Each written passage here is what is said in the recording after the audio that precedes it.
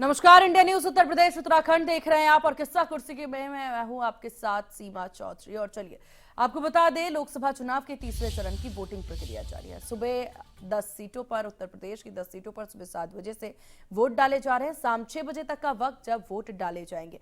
वही vote percentage की बात कर ली जाए तो हाथरस में 11 बजे तक 26% से ज्यादा वोट डाले गए हैं। तो आगरा में 11% से ज्यादा, 11 बजे तक का 25% से ज्यादा वोट डाले गए।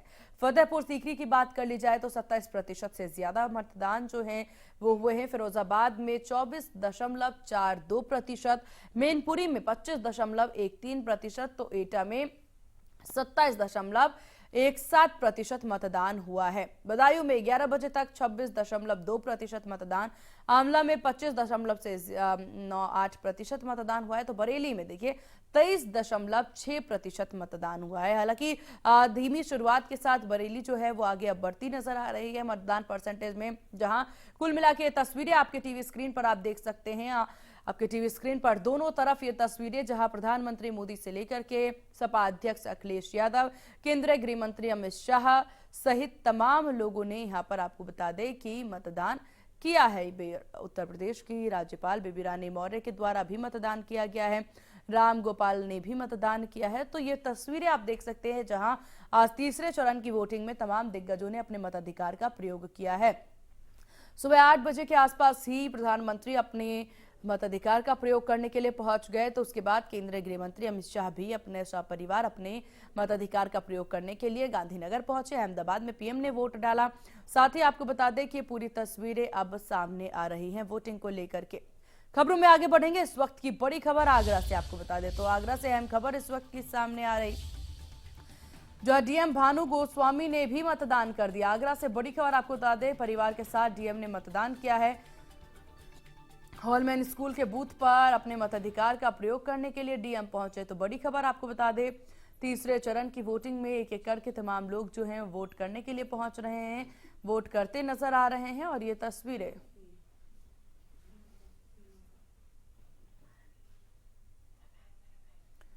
और इसी बीच बड़ी खबर आपको बता दें, तो इस वक्त की बड़ी खबर चुनाव से जुड़ी हुई है। बड़ी खबर आपको बता दें, जहां तीसरे चरण के चुनाव के बीच सपा को बड़ा झटका लगा है। तो सपा के प्रदेश सचिव ने इस्तीफा दिया।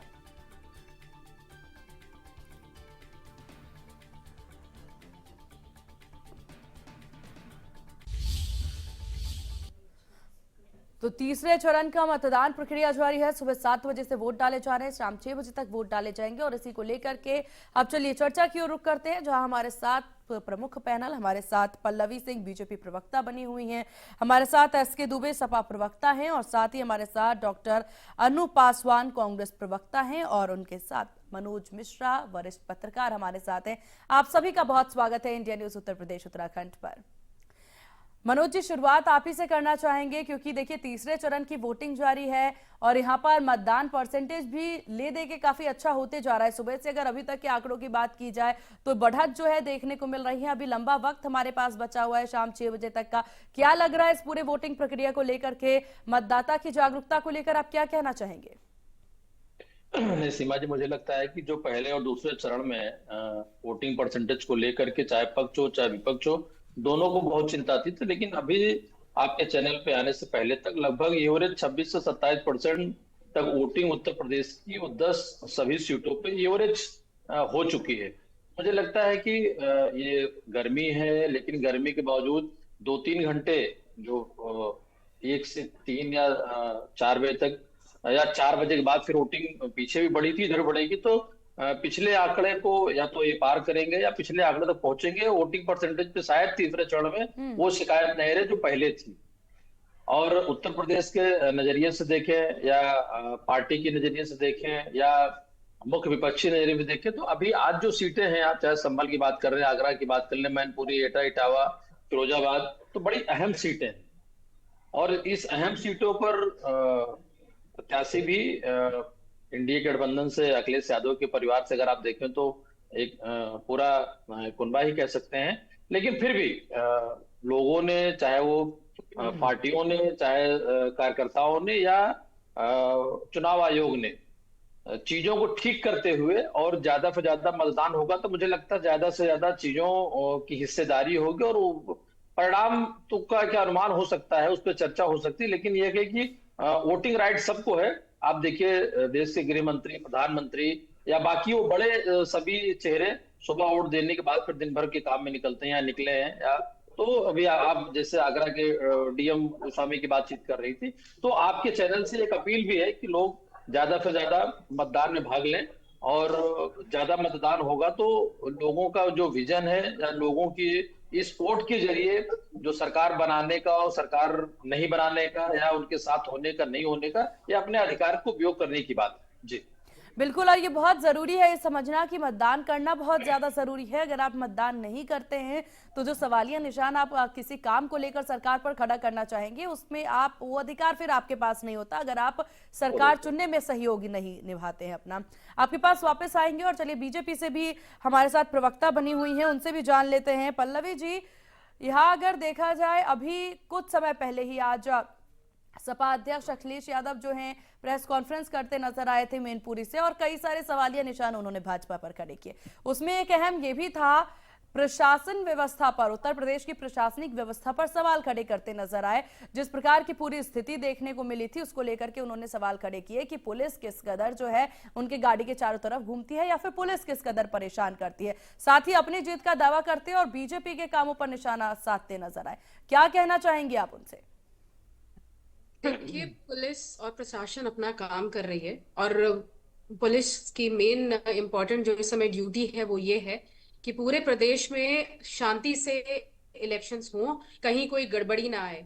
तो ये सारी चीजें जो है वो समाजवादी पार्टी को नहीं पसंद आती है। उनको अच्छा लगता है जब इसीलिए वो बैलेट से चुनाव कराने की भी बात करते हैं। तो ये सारी चीजें उनको समझ में नहीं आती हैं। पुलिस का काम है भाई, वो आपको भी एक तरह से सुरक्षा ही प्रदान कर रही है। तो ये तो बहुत अच्छी बात है कि पुलिस इतनी मुस्तैद है कि वो घूम रही है, आपके आगे पीछे भी घूम रही है, तो उसमें गलत क्या है। और रही बात की देखिए, ये जो चुनाव है ये जनता का चुनाव है, और जनता देख रही है, जनता विकास के मुद्दों पे वोट डाल रही है, और उसको स्पष्ट है कि कौन उसे आंतरिक सुरक्षा, सीमा सुरक्षा, महिला सुरक्षा, महिला सशक्तिकरण, बुजुर्गों का ख्याल, गरीबों का उत्थान, या युवाओं के लिए रोजगार के अवसर, किसानों की उन्नति, ये सारी चीजें आगे मुहैया कराएगा जो पिछले 10 सालों से हो रहे हैं। और बीजेपी जो है अपने रिपोर्ट कार्ड के आधार पर वोट मांग रही है, और हमें देश पे पूरा विश्वास है। लेकिन और विपक्षियों का कहना है कि आधी से ज्यादा बातें जो हैं आपके घोषणा पत्र में 2019 में जो थे, खासतौर पर नौकरियों को लेकर के, किसानों को लेकर के, उन बातों में तो अभी तक आपने पूरा नहीं किया। और हालांकि इस बार के आपके घोषणा पत्र में देखा जाए उसमें भी आपने कई सारी वो चीजें जैसे रिपीट किया है। जी, रिपीट इसलिए किया है क्योंकि ये सारी चीजें आगे तक कंटिन्यू होंगी, जो पिछले 10 सालों से मिल रही हैं वो आगे कंटिन्यू होंगी। उसको रिपीट किया गया है, और 14 नए संकल्प भी लाए गए हैं, 14 नई बातें हैं जो उसमें रखी गई हैं। रही बात बेरोजगारी और इसकी, आप पूरे देश में यदि अगर बेरोजगारी को आप सिर्फ सरकारी नौकरियों से जोड़ के देखेंगे तो ये बहुत पल्लवी ही जी, गलत आपके पास आएंगे, आपसे और भी आपकी प्रतिक्रिया लेंगे, लेकिन इस बीच ये तस्वीर देखिए, आप देख सकते हैं जहां मतदान केंद्र पर आप देखिए वोट डालने के लिए पहुंचे हैं जो कि शख्स यहां पर देखिए, जो वोटर यहां पर पहुंचे हैं वो खुद में काफी ज्यादा खास हैं, क्योंकि इनके दोनों हाथ नहीं है इस वोटर के, और लेकिन अपने मताधिकार का प्रयोग करने के लिए यहाँ पर पहुंचे हैं, मतदान करने के लिए पहुंचे। और ये तस्वीर खुद में खास है, लोकतंत्र के इस महापर्व के लिए तस्वीर कितना खास है।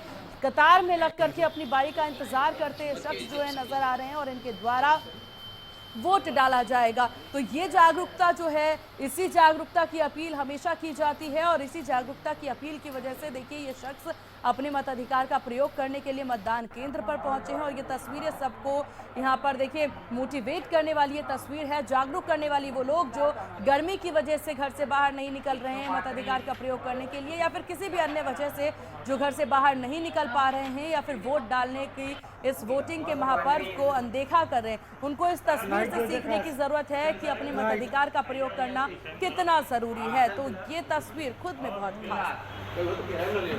और चलिए चर्चा की ओर रुख करते हैं। पल्लवी जी, आप अपनी बात पूरी करें, फिर आगे भी बढ़ते हैं। जी जी, देखिए, मैं ये कह रही हूँ कि सरकारी नौकरियों से सिर्फ जोड़ना गलत है। आपने देखा होगा भारतीय जनता पार्टी ने रोजगार के नए तरीके सिखाए हैं। आप स्वरोजगार कर सकते हैं। आप एक अब मुद्रा लोन की योजना जो है निकाली गई थी, जिसके द्वारा युवा नए तरीके से अपने रोजगार के नए अवसर ला सकते हैं। पल्लवी जी, लोन लेना स्वयं कितना सुगम है? जो मुद्रा लोन योजना आपने निकाला है वो लोन लेना कितना सुगम है, ये भी, इस पर भी जानकारी दें।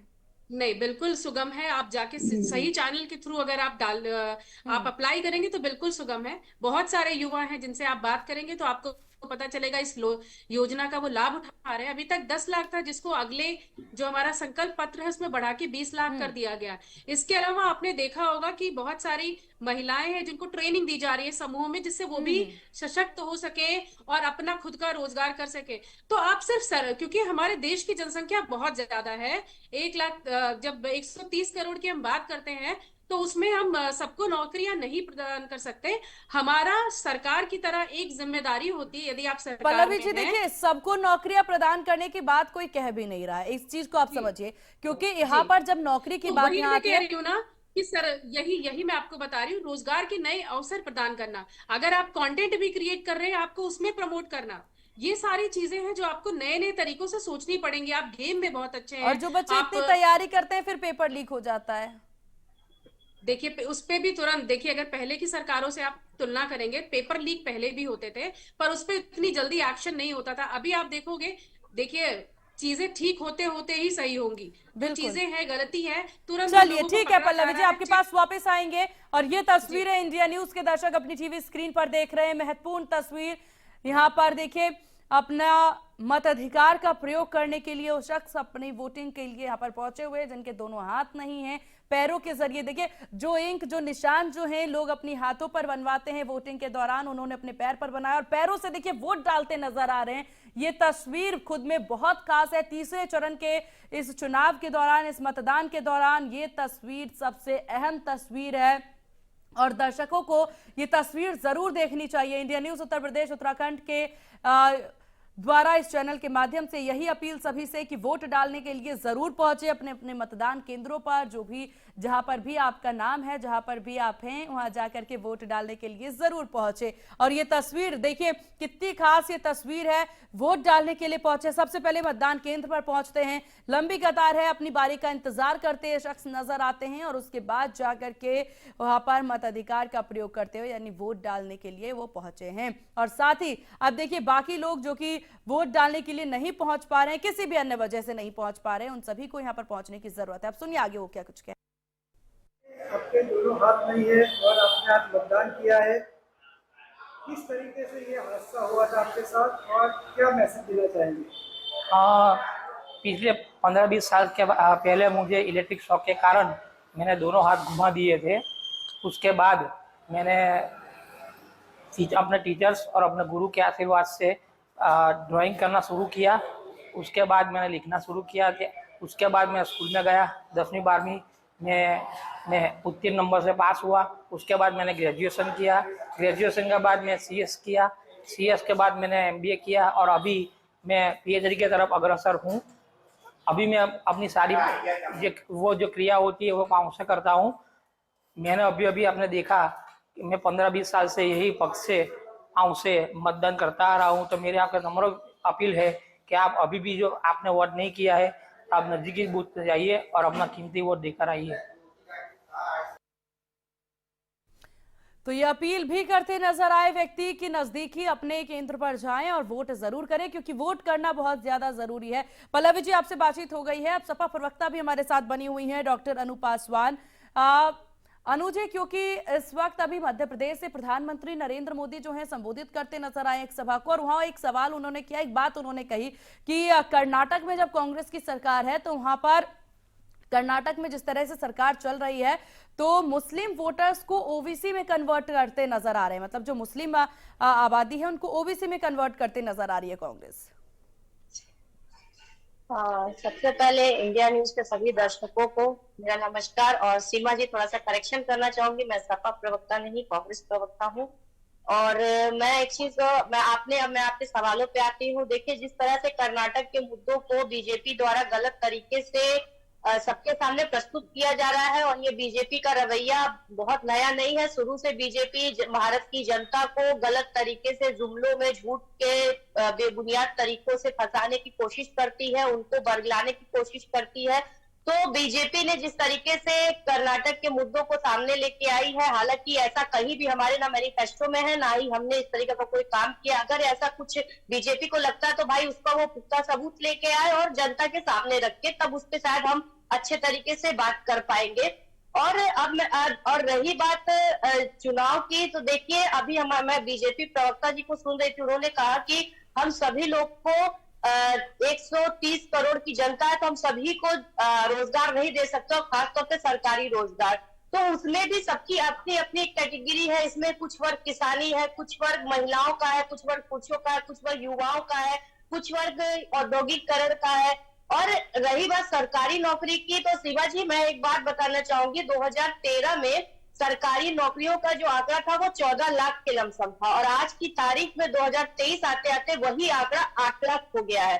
तो ये तो जवाब देना पड़ेगा ना कि अगर आप सरकारी नौकरी नहीं दे पा रहे हैं तो क्यों नहीं दे पा रहे हैं, क्या वजह है। और अगर सरकारी नौकरियां कम हो रही है तो वो सरकारी नौकरियां जा कहाँ रही है, और क्या जरूरत है उन सरकारी नौकरियों को आप तो निजीकरण में तब्दील कर रहे हैं।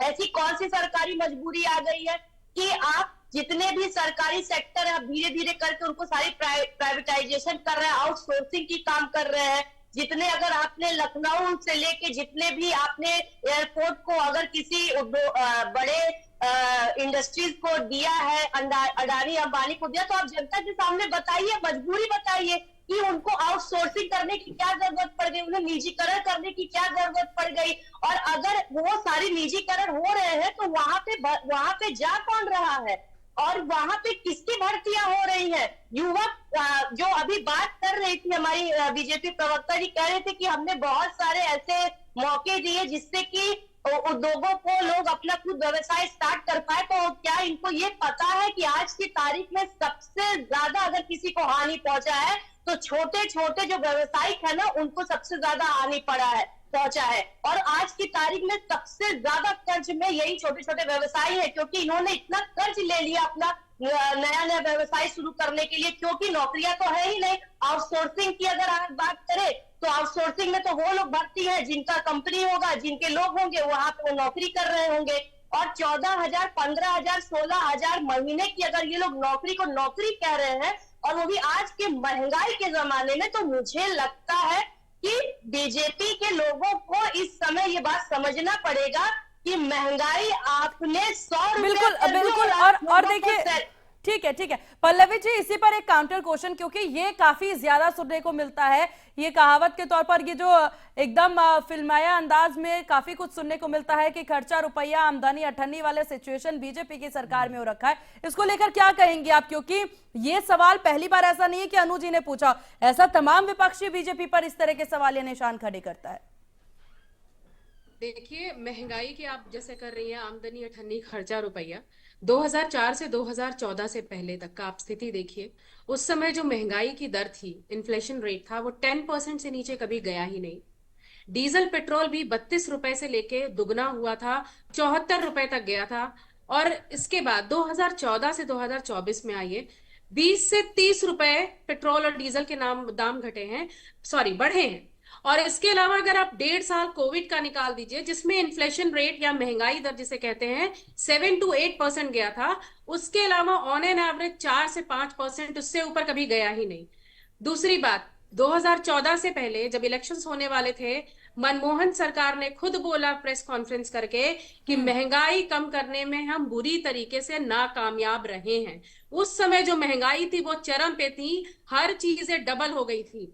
वहां से अगर आप 14 से लेके 24 तक देखेंगे, आप खुद इसको चेक कर लीजिए, ये डेटा है, इसमें कोई चीज हिडन नहीं है। आप अभी डेटा निकाल के सभी लोग देख सकते हैं कि क्या डेटा है। महंगाई की दर उस समय क्या थी, क्या महंगाई बढ़ी थी और क्या आम जन की स्थिति थी, और अब की महंगाई है उसमें किस तरीके से कोविड होने के बावजूद भी माननीय मोदी जी ने किस तरीके से मैनेज किया, महंगाई को इस तरीके से रखा कि वो लिमिट में रही। और आप बात करते हैं महंगाई से, मैं आपको एक छोटे रिक्शे वाले तक का, एक गांव में एक छोटा बच्चा भी है, आज सबके हाथ में एक एंड्रॉइड फोन है जो मजे से रील बना रहा है।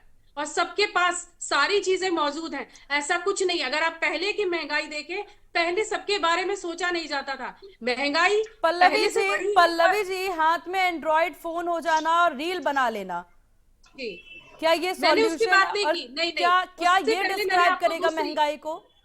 नहीं, मैंने महंगाई का आपको इन्फ्लेशन चलिए, रेट बता दिया, ठीक है जो पल्लवी उस जी, समय महंगाई थी। ठीक है, आप आपके खुद पास सोचिए। आएंगे। ओपनिंग कमेंट अभी तक हमने देखिए, नहीं लिया है सपा मैं प्रवक्ता से। एक मिनट, मुझे बस एक ठीक है, मिनट ठीक है, लगेगा। ठीक है। एक मिनट भी नहीं, सॉरी, कुछ सेकंड की बात मेरी सुन लीजिए। जी। आप 36 रुपए से 74 रुपए पेट्रोल का दाम देख लीजिए, और उसके बाद अभी इस समय 110, 99, 94 यही चल रहा है। 20 से 30 रुपए का सिर्फ डिफरेंस आया है 2014 से लेके पेट्रोल 2024 के के बीच। दाम बढ़ते रुपए में है और घटते पैसों में है। जी बिल्कुल चलिए, सही, वही ठीक, मैं कह रही हूँ ना, 36 से लेके 74 डबल हो गया। चलिए, पर ठीक है, वहां ठीक है पल्लवी जी, 2014 एक ओपनिंग कमेंट ले लेते हैं, फिर आपके पास आएंगे, आपको पूरा मौका बिल्कुल देंगे। बिल्कुल बिल्कुल। हमारे साथ सपा प्रवक्ता बने हुए हैं SK Dubey ji. SK Dubey ji, BJP की बात आपने सुनी, अपने सहयोगी दल कांग्रेस की भी बात आप सुनते नजर आए हैं, और हालांकि उत्तर प्रदेश को लेकर के बड़े दावे सपा करती नजर आ रही है। इन दावों को लेकर के तैयारियां किस प्रकार की है, क्योंकि बहुत कोशिश की गई चुनाव प्रचार में आप लोगों को खोजने की, काफी कम दिखाई पड़े हैं आप लोग इस दौरान। देखिए मैडम, आज सबसे पहले तो मैं उस बंदे का बहुत शुक्रिया अदा करूंगा जिस बंदे ने रैली ये एक संदेश दिया है कि आदमी किसी भी परिस्थिति में वोट करने जा सकता है, और वो पिछले 15 साल से वोट कर रहा है। तो इस तरीके का जो कवरेज है वो मीडिया को ज्यादातर दिखाना चाहिए, ताकि लोग कम से कम घर से बाहर निकले और लोकतंत्र के इस पवित्र पर्व पर अपनी खुशी।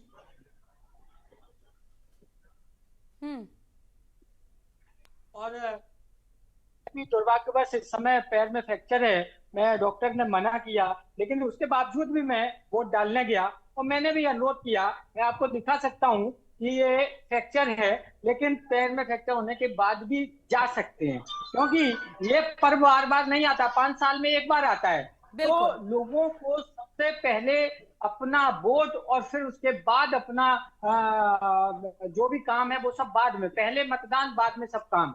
और उम्मीद करता हूं कि आज का जो मतदान परसेंटेज है वो निश्चित तौर पर पिछले 2% से अच्छा जाएगा। अब रहा बात, भारतीय जनता पार्टी की प्रवक्ता बहुत बड़े बड़े दावे कर रही थी कि हमने, मेरी सरकार ने ये किया। मैं आपको बता देना चाहता हूं, मैं हकीकत के आंकड़े बयां करता हूं, और वो आंकड़े मेरे नहीं है, ये आंकड़े सरकार के होते हैं, कि जब 2014 में 50 से 60 लाख करोड़ रुपया कर्ज था इस देश पर, 2024 की अगर बात की जाए तो आज लगभग 160 लाख करोड़ रुपया कर्जा है। यानी कि ये आंकड़े ये कहते हैं कि ये 1.5 लाख रुपया समथिंग बच्चा पैदा होता है तो उस पर कर्जा चढ़ जाता है। आप बताइए कहाँ है? डॉलर चला गया 82 रुपया से ऊपर, आप किसकी बात करते हैं? मैं मानता हूं कि कोई भी सरकार आए महंगाई को कंट्रोल कर सकती है, कम नहीं कर सकती है। तो मनमोहन सिंह जी ने जब जिस रेट पे छोड़ दिया था आपको, कम से कम आप उसी पे मेंटेन रहते, तो आपके समय में ये रेट कैसे बढ़ जाते हैं? तो निश्चित तौर पर कहीं ना कहीं ये जो मतदान है, लोग जरूर इस बारे में सोचेंगे और मतदान करेंगे कि आखिरकार इससे मुक्ति कैसे, ये जो बेरोजगारी है उससे मुक्ति कैसे, ये जो महंगाई है उससे मुक्ति कैसे, किसानों की जो समस्याएं हैं उससे मुक्ति कैसे, बहुत सारे मुद्दे हैं आज उत्तर प्रदेश में। कैसे मुक्ति, ये सब कैसे, आप बताइए। मैंने अभी आपको एक चीज बोली थी, शायद आपने गौर नहीं किया। कोई भी सरकार आएगी, सरकार कोई भी आए, महंगाई कम नहीं कर सकती है, लेकिन मेंटेन कर सकती है। आप सुविधाएं दे सकते हैं, सुविधाएं देना ही सरकार का काम होता है। कि आप लोगों को सुविधाएं दें, आप लोगों को रोजगार दें, लेकिन अगर आप वो भी नहीं कर सकते हैं, पेपर लीक हो जाते हैं। अभी न्यूज चल रहा है कि नीट का एग्जाम, बताइए, एग्जाम नहीं हो पाया, नीट का पेपर लीक हो जाता है।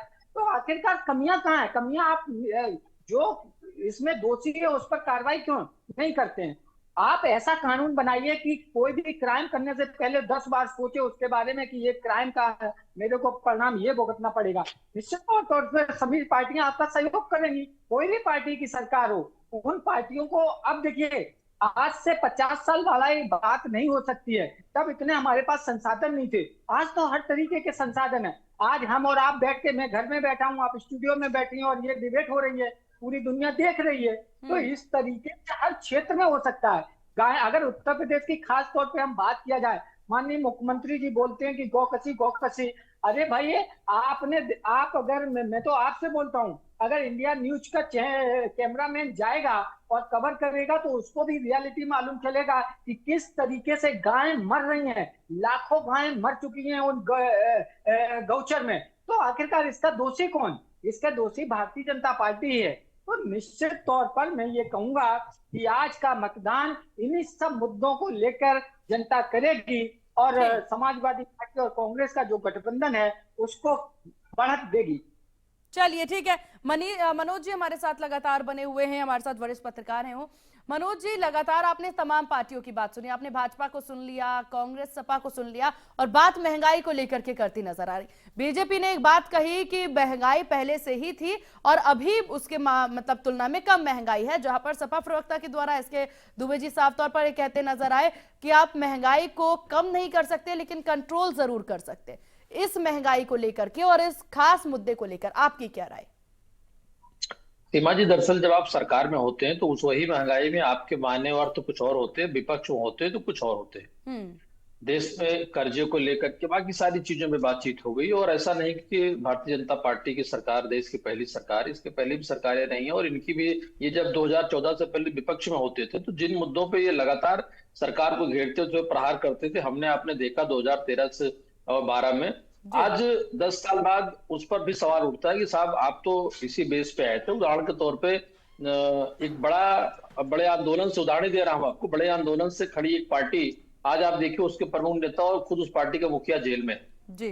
तो ये बातें इसलिए है कि नेता हो, पार्टी हो, लोग हो, जब आप पहले के उस तरफ होते हो तो आपके विचारधारा, आपकी बातें, आपका आक्रमण, आपका आंदोलन उन सारे मुद्दे को होता जो जनहित में होते हैं।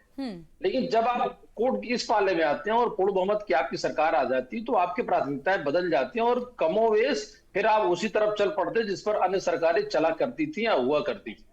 हमने भी देखा था बहुत हुई महंगाई की मार, अब की बार किसकी सरकार। हमने देखा था 2G 3G और अन्ना जी से लेकर के, लेकिन क्या वो काला धन या क्या वो सारी बातें अगर अमूल चूर परिवर्तन आया तो मुझे बता दें। या उन सीमा जी 2014, 2019, 2017, 2022 या 2024 को जो संकल्प पत्र, घोषणा पत्र, नाम कुछ भी दे दीजिए, क्या आने वाले 27 या 29 में हम इनको याद भी रखेंगे क्या?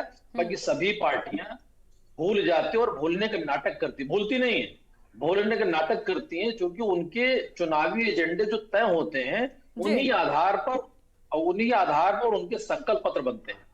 और यहां तक बदलती स्थिति को अगर आप देखें तो पहले दूसरे चरण के चुनाव या वोटिंग होने के बाद आपने देखा होगा देश में और प्रदेश में पक्ष और विपक्ष दोनों के मुद्दे बदल गए। स्मार्ट सिटी की बात करने, मतलब बाकी चीजों की जिसकी बात करने, तो इसलिए मुद्दों पे चर्चा और इसकी जवाबदेही देखिए कहीं न कहीं आज हम और आप सारे लोग इस बात की अपील कर रहे हैं कि ज्यादा से ज्यादा मतदान हो। जनता कटघरे में खड़ा करना बंद कर चुकी है, क्योंकि बिल्कुल मनोज जी यहाँ पर देखिए, क्योंकि आज तीसरे चरण का मतदान है और अब समय भी हो चुका है, तो एक फाइनल कमेंट आप सभी से ले लेंगे। तीसरे चरण का मतदान जारी है, अभी भी आधा समय पूरा बचा हुआ है, हमारे पास आधा दिन बचा हुआ है। क्या लग रहा है वोट परसेंटेज को लेकर के, और आप क्या अपील करना चाहेंगे इंडिया न्यूज के माध्यम से तमाम उत्तर प्रदेश की जनता से? सवाल किससे? मुझसे? बिल्कुल सर, आप इससे शुरुआत करेंगे। सीमा जी देखिए, मैं बिल्कुल कहूंगा कि उत्तर प्रदेश देश के में एक बड़े प्रदेश की बड़ी सीटों की संख्या और प्रधानमंत्री का चयन इसी राज्य से होता है और सरकारें कमोबेश आजादी के बाद यहीं से बनती रहे। तो आप अपनी भागीदारी ज्यादा से ज्यादा हिस्सा ले, आपके अपने विचार के आप वोटों के जरिए वो करें, लेकिन वोटिंग परसेंटेज में भाग लें। और दूसरा, नेताओं को और अपने चुने हुए प्रतिनिधि को, जिनको चुना था, जिनको चुनने जा रहे हैं, उनके बारे में एक बार विचार जरूर ठीक है सर, वक्त की थोड़ी सी कमी थी, फाइनल कमेंट सभी से लेना था। पल्लवी जी जल्दी दो शब्दों में अपनी बात पूरी करें।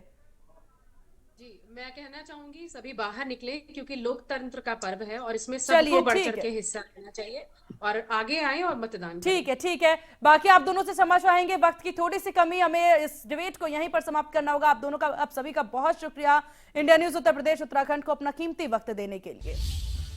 इसी बीच बड़ी खबर आपको बता दें तो इस वक्त की बड़ी खबर सामने आ रही, स्वामी प्रसाद मौर्य करेंगे नामांकन। तो बड़ी खबर इस वक्त की स्वामी प्रसाद मौर्य नामांकन करेंगे। 9 मई को आरएसएसपी प्रत्याशी के रूप में नामांकन करेंगे। कुशीनगर के लोकसभा क्षेत्र संख्या 65 से पर्चा भरते नजर आएंगे। तो बड़ी खबर आपको बता दें, 9 मई को आरएसएसपी प्रत्याशी के रूप में अपना नामांकन भरते नजर आएंगे। कुशीनगर के लोकसभा क्षेत्र संख्या 65 से भरेंगे पर्चा। तो इस वक्त की बड़ी खबर आपको बता दें, और ये अहम खबर बदायूं से आपको बता दें, सपा उम्मीदवार का पुलिस पर आरोप। सपा उम्मीदवार ने पुलिस पर आरोप लगाया, सपा कार्यकर्ता को वोट नहीं डालने देने का आरोप पुलिस पर लगा है। सपा उम्मीदवार नीरज मौर्य ने यह आरोप लगाया है। तो बड़ी खबर आपको बता दें, सत्ता के दबाव में कार्य कर रही पुलिस, आदित्य यादव का कहना।